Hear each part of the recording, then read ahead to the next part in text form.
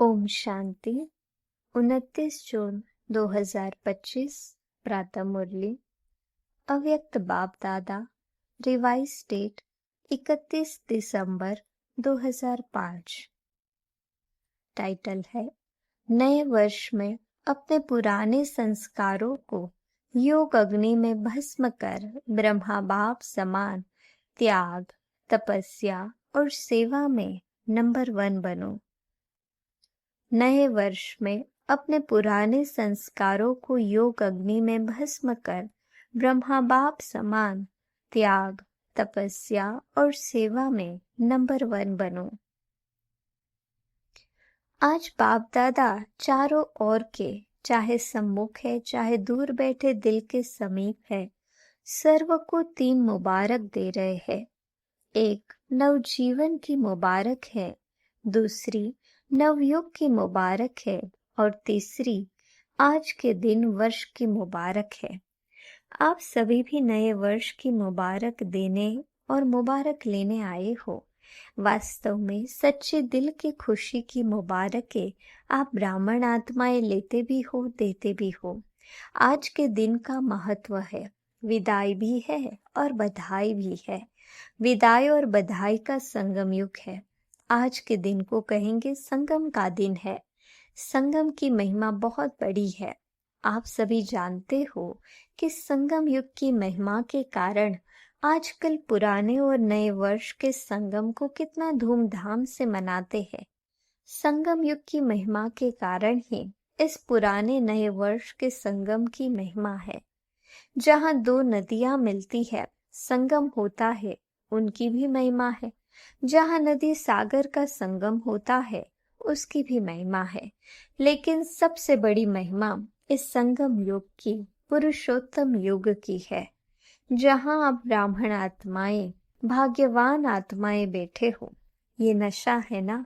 अगर आपसे कोई पूछे आप किस समय पर हो, क्या कलयुग में रहते हो या सतयुग में रहते हो, तो क्या फलक से कहेंगे हम इस समय पुरुषोत्तम संगम युग में रहते हैं। आप कलयुगी नहीं हो, संगम युगी हो। और इस संगम युग की विशेष महिमा क्यों है? क्योंकि भगवान और बच्चों का मिलन होता है, मेला होता है, मिलन होता है, जो किसी भी युग में नहीं होता। तो मेला मनाने आए हो ना। आप मिलन मेला मनाने के लिए कहाँ कहाँ से आए हो। कभी स्वप्न में भी सोचा था कि ड्रामा में मुझ आत्मा का ऐसा भी भाग्य नोंधा हुआ है। आत्मा का परमात्मा से मिलने का भाग्य था और है। बाप भी हर एक बच्चे के भाग्य को देख हर्षित होते हैं। वाह भाग्यवान बच्चे वाह, अपने भाग्य को देख दिल में अपने प्रति वाह मैं वाह, वाह मेरा भाग्य वाह, वाह मेरा बाबा वाह, वाह मेरा ब्राह्मण परिवार वाह। यह वाह वाह के गीत ऑटोमेटिक दिल में गाते रहते हो ना। तो आज इस संगम के समय अपने अंदर सोच लिया है कि किस किस बातों को विदाई देनी है। सभी ने सोचा है सदा काल के लिए विदाई देनी है, क्योंकि सदा काल के लिए विदाई देने से सदा काल की बधाइयां मना सकेंगे। ऐसी बधाई दो जो आपके चेहरे को देख जो भी आत्मा सामने आए वह भी बधाइयां प्राप्त कर खुश हो जाए। जो दिल से बधाई देते व लेते हैं वह सदा ही कैसे दिखाई देते हैं? संगम योगी फरिश्ता। सभी का यही पुरुषार्थ है ना। ब्राह्मण सो फरिश्ता और फरिश्ता सो देवता। क्योंकि बाप को सब प्रकार के संकल्प व जो भी कुछ प्रवृत्ति का कर्म का बोझ है वह दे दिया है ना। बोझ दिया है या थोड़ा सा रह गया है? क्योंकि थोड़ा भी बोझ फरिश्ता बनने नहीं देगा। और जब बाप बच्चों का बोझ लेने के लिए आए हैं तो बोझ देना मुश्किल है क्या?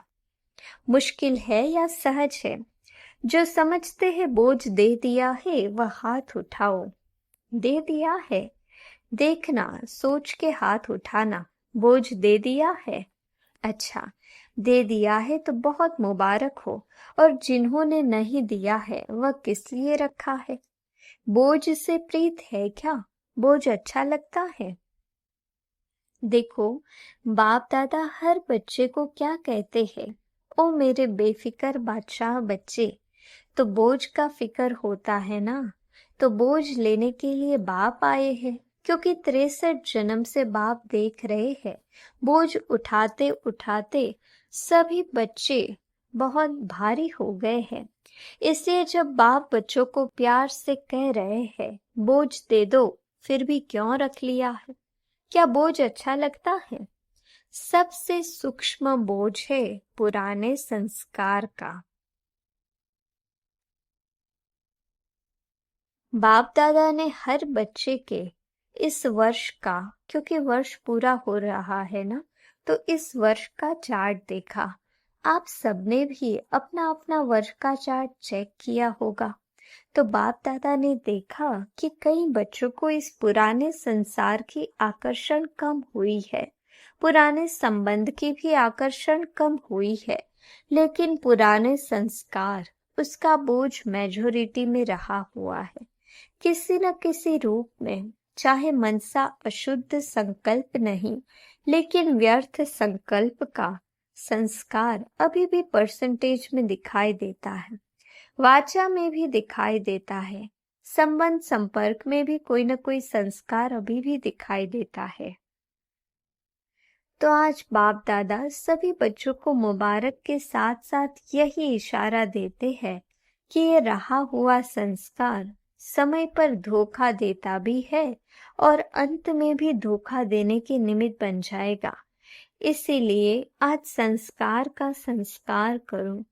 हर एक अपने संस्कार को जानता भी है, छोड़ने चाहता भी है, तंग भी है, लेकिन सदा के लिए परिवर्तन करने में तीव्र पुरुषार्थी नहीं है।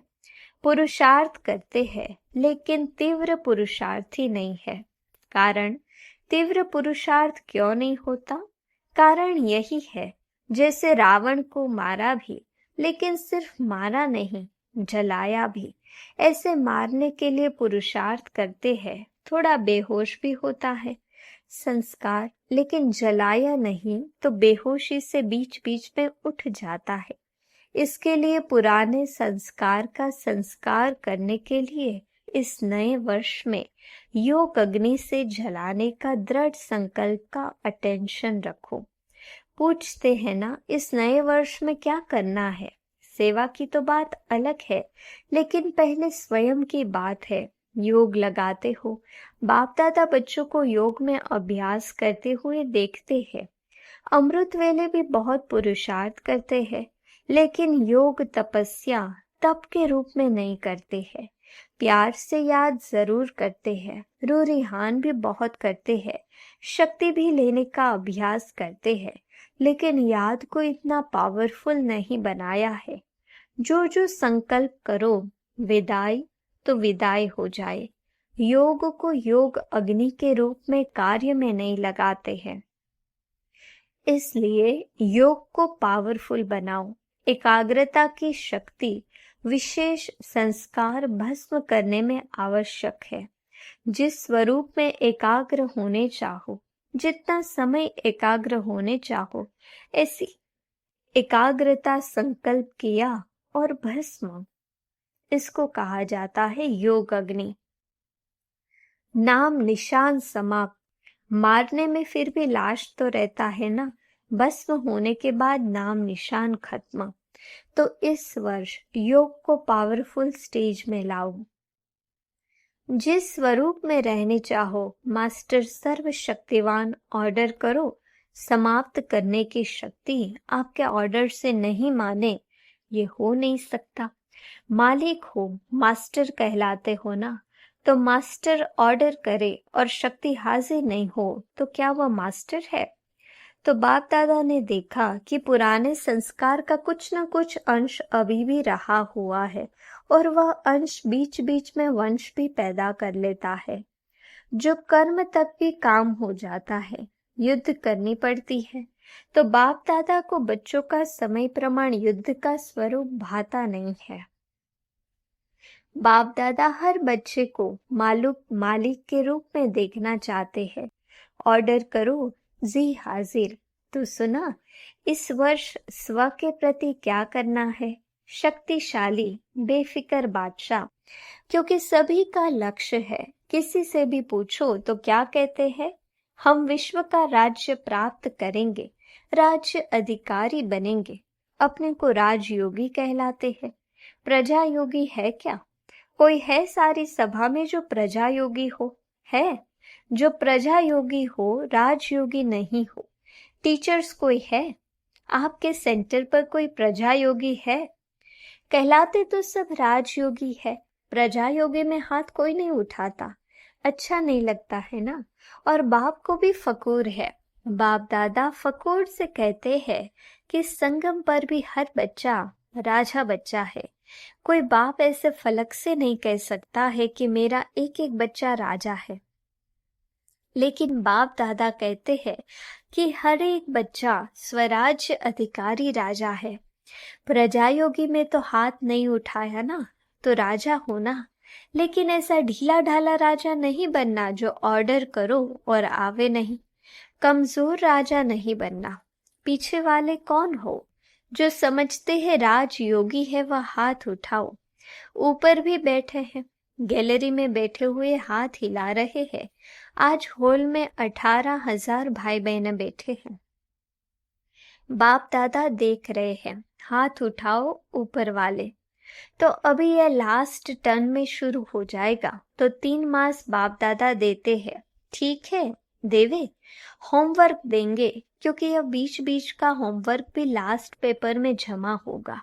तो 3 मास में हर एक अपना चार्ट चेक करना कि मैं मास्टर सर्वशक्तिवान होकर किसी भी कर्मेंद्रिय को, किसी भी शक्ति को जब ऑर्डर करे, जो ऑर्डर करे वह प्रैक्टिकल में ऑर्डर माना या नहीं माना। कर सकते हो? पहली लाइन वाले कर सकते हो? हाथ उठाओ। अच्छा, 3 मास कोई भी पुराना संस्कार वार नहीं करे। अलबेले नहीं बनना, रॉयल अलबेलापन नहीं लाना, हो जाएगा। बाप दादा से बहुत मीठी मीठी बातें करते हैं। कहते हैं बाबा आप फिक्र नहीं करो, हो जाऊंगा। बाप दादा क्या करेगा? सुनकर मुस्कुराता देता। लेकिन बाप दादा इन 3 मास में अगर ऐसी बात की थी मानेगा नहीं। मंजूर है तो हाथ उठाओ। दिल से हाथ उठाना, सभा के कारण हाथ नहीं उठाना। करना ही है, चाहे कुछ भी सहन करना पड़े, कुछ छोड़ना पड़े, कोई हर्जा नहीं। करना ही है। पक्का? पक्का? पक्का? टीचर्स करना है। अच्छा, ये ताज वाले बच्चे क्या करेंगे? छोटे बच्चे ताज पहनकर सामने बैठे हैं। ताज तो अच्छा पहन लिया है, करना पड़ेगा। अच्छा, देखना बच्चे हाथ उठा रहे हैं। अगर नहीं करेंगे तो क्या करें, वह भी बता दो। फिर बाप दादा के सीजन में एक बार आने नहीं देंगे, क्योंकि बाप दादा देख रहे हैं कि समय आपका इंतजार कर रहा है। आप समय का इंतजार करने वाले नहीं हो, आप इंतजाम करने वाले हो। समय आपका इंतजार कर रहा है। प्रकृति भी, सतोप्रधान प्रकृति आपका आह्वान कर रही है। तो 3 मास में अपनी शक्तिशाली स्टेज में रहे हुए संस्कार को परिवर्तन करना। अगर 3 मास अटेंशन रखा ना, तो उसका आगे भी अभ्यास हो जाएगा। एक बारी परिवर्तन की विधि आ गई ना, तो बहुत काम में आएगा। समय का आप इंतजार नहीं करो, कब विनाश होगा, कब विनाश होगा। सब रूह रिहान में पूछते हैं, बाहर से नहीं बोलते, लेकिन अंदर बात करते हैं। पता नहीं कब विनाश होगा, 2 साल में होगा, 10 साल में होगा, कितना साल में होगा। आप क्यों समय का इंतजार करो? समय आपका इंतजार कर रहा है। बाप से पूछते हैं, तारीख बता दो, थोड़ा सा वर्ष बता दो। 10 वर्ष लगेंगे, 20 वर्ष लगेंगे, कितना वर्ष लगेंगे? बाप दादा बच्चों से प्रश्न पूछते हैं कि आप सब बाप समान बन गए हो। पर्दा खोले कि पर्दा खोलेंगे तो कोई कंधी कर रहा है, कोई फेस को क्रीम लगा रहा है, अगर एवर रेडी हो, संस्कार समाप्त गए, तो बाप को पर्दा खोलने में क्या देरी लगेगी। एवर रेडी तो हो जाओ ना। हो जाएंगे कह के बाप को बहुत समय खुश किया है। अभी ऐसा नहीं करना, होना ही है, करना ही है, बाप समान बनना है। इसमें तो सभी हाथ उठा लेते हैं, उठाने की जरूरत नहीं। ब्रह्मा बाप को देखो, साकार में तो ब्रह्मा बाप को फॉलो करना है ना। ब्रह्मा बाप ने त्याग, तपस्या और सेवा लास्ट घड़ी तक साकार रूप में प्रैक्टिकल दिखाया। अपनी ड्यूटी शिव बाप द्वारा महावाक्य उच्चारण की ड्यूटी लास्ट दिन तक निभाई। लास्ट मुरली याद है ना? 3 शब्द का वरदान याद है? निराकारी, निर्विकारी और निरहंकारी बनो। जिसको याद है वह हाथ उठाओ। अच्छा, सभी को याद है, मुबारक हो। त्याग भी लास्ट दिन तक किया, अपना पुराना कमरा नहीं छोड़ा। बच्चों ने कितना प्यार से ब्रह्मा बाप को कहा, लेकिन बच्चों के लिए बनाया, स्वयं नहीं यूज किया। और सदा 2:30 बजे उठकर स्वयं प्रति तपस्या की, संस्कार भस्म किए, तब कर्मातीत अव्यक्त बने, फरिश्ता बने। जो सोचा वह करके दिखाया। कहना, सोचना और करना तीनों समान। Follow father. लास्ट तक अपने कर्तव्य में पूर्ण रहे। पत्र भी लिखे, कितने पत्र लिखे, सेवा भी नहीं छोड़ी। Follow father. अखंड महादानी, महादानी नहीं, अखंड महादानी का प्रैक्टिकल रूप दिखाया। अंत तक, लास्ट तक बिना आधार के तपस्वी रूप में बैठे। अभी बच्चे तो आधार लेते हैं ना बैठने का, लेकिन ब्रह्मा बाप ने आदि से अंत तक तपस्वी रूप रखा। आंखों में चश्मा नहीं डाला, ये सूक्ष्म शक्ति है। निराधार, शरीर पुराना है। दिन प्रतिदिन प्रकृति, हवा पानी दूषित हो रहा है। इसलिए बाप दादा आपको कहते नहीं है क्यों आधार लेते हो, क्यों चश्मा पहनते हो। पहनो, भले पहनो, लेकिन शक्तिशाली स्थिति जरूर बनाओ। सारी विश्व का कार्य समाप्त किया है। बाप दादा आपसे प्रश्न पूछता है, आप संतुष्ट हो कि विश्व कल्याण का कार्य पूरा हो गया है? जो समझते हैं कि विश्व कल्याण का कार्य समाप्त हो गया है वह हाथ उठाओ। एक भी नहीं। तो कैसे कहते हो विनाश होगा? काम तो पूरा किया नहीं। अच्छा, चारों ओर के सदा उमंग उत्साह में आगे बढ़ने वाले, सदा हिम्मत से बाप दादा की पदम गुणा मदद के पात्र बच्चों को, सदा विजयी रत्न है। हर कल्प में विजयी बने थे, अब भी है और हर कल्प में विजयी है ही है। ऐसे विजयी बच्चों को सदा हर एक बाप, दूसरा न कोई, न संसार की आकर्षण न संस्कार की आकर्षण, दोनों आकर्षण से मुक्त रहने वाले सदा बाप समान बच्चों को बाप दादा का याद प्यार और नमस्ते। वरदान। सदा काल के अटेंशन द्वारा विजय माला में पिरोने वाले बहुत समय के विजयी भव। बहुत समय के विजयी विजय माला के मणके बनते हैं। विजयी बनने के लिए सदा बाप को सामने रखो। जो बाप ने किया वही हमें करना है।